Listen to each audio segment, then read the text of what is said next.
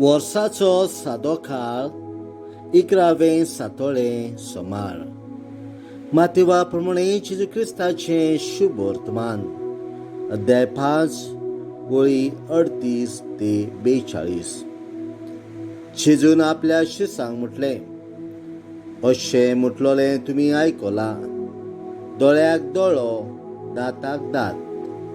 पूण हांव तुमकां सांगतां, तुमकां वायट करतल्यांक तूं आडाय नाका.